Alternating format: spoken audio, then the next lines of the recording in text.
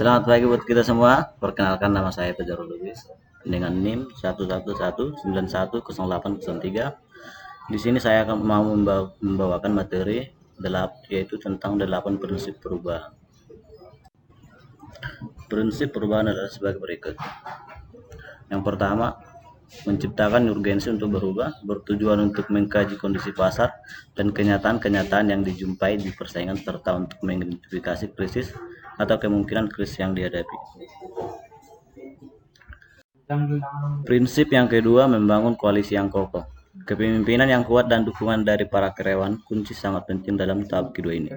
Orang-orang perlu diyakinkan bahwa perubahan itu perlu. Mengelola perubahan saja tidak cukup, karena betapapun bagusnya ide perubahan, kesuksesannya bergantung dari eksekusi oleh para individunya. Prinsip yang ketiga, mengembangkan visi dan strategi perubahan. Suatu visi yang jelas dan mudah dipahami akan membantu manajemen perusahaan untuk mengarahkan para karyawan menuju tujuan yang ingin diperoleh dari inisiatif perubahan yang digagas. Para pemimpin organisasi mula-mula memutuskan nilai-nilai yang menjadi fokus utama, serta merangkumnya menjadi kalimat yang visioner, beserta strategi manajemen yang akan dijalankan oleh para karyawan untuk meraih visi tersebut. Selanjutnya, koalisi perubahan akan mensosialisasikan dalam satu program transformasi. Yang keempat, mengkomunikasikan visi perubahan. Visi perubahan setelah diciptakan harus segera disosialisasikan dan dikomunikasikan secara rutin. Penguatan program transformasi dilakukan dalam setiap aktivitas perusahaan dan menjadi dasar pengembalian keputusan serta pemecahan masalah. Hal tersebut dapat dilakukan setiap momen pertemuan yang ada. Memberdayakan langkah tindak lanjut yang pokok utama atau memberdayakan karyawan. Prinsip kelima ini penting karena justru disinilah biasanya banyak perusahaan atau organisasi gagal melakukan perubahan. Ini merupakan hal yang umum ditemui karena umumnya di Indonesia kita lebih sering dan rajin menyusun perencanaan namun sangat lemah dalam implementasi. Yang keenam, prinsip menciptakan quick wins.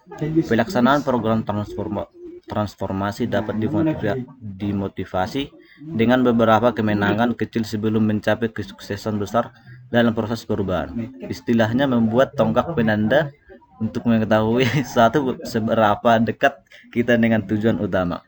7. Konsolidasi manfaat perubahan.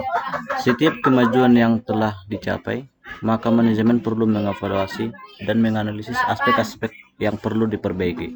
Penguatan perubahan dilakukan dengan mengarahkan program transformasi menuju peningkatan kualitas secara terus-menerus.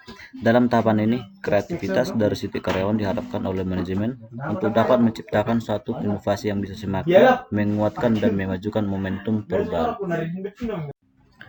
Yang kedelapan atau prinsip terakhir, memantapkan perubahan sebagai bagian dari budaya. Di langkah terakhir ini, hasil dari proses perubahan diharapkan bisa bertahan lama dan terus berjalan dalam suatu program transformasi yang berkelanjutan. Penanaman budaya adalah suatu keniscayaan dalam tahap ini. Usaha dalam mengamalkan budaya organisasi yang dikerjakan secara terus-menerus dikawal oleh para pemimpin perusahaan berdasarkan nilai-nilai yang dianut bersama. Kesimpulan, pedoman atau prinsip yang harus dilakukan oleh setiap organisasi dalam melakukan perubahan yakni: yang pertama, kejelasan tujuan, yaitu setiap tujuan harus jelas arahnya mau kemana. Yang kedua, kesadaran akan proses.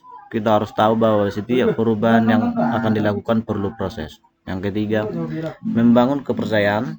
Setiap komponen dalam organisasi perlu memiliki kepercayaan, baik kepercayaan atas kebawahan maupun sebaliknya.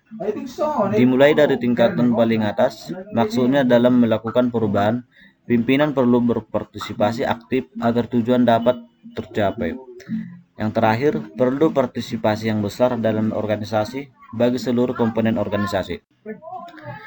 Sekian dan terima kasih atas nama Fajarul Lubis dari kelompok 3 dalam mempresentasikan tentang materi 8 prinsip manajemen perubahan. Terima kasih. Mohon maaf jika ada kesalahan.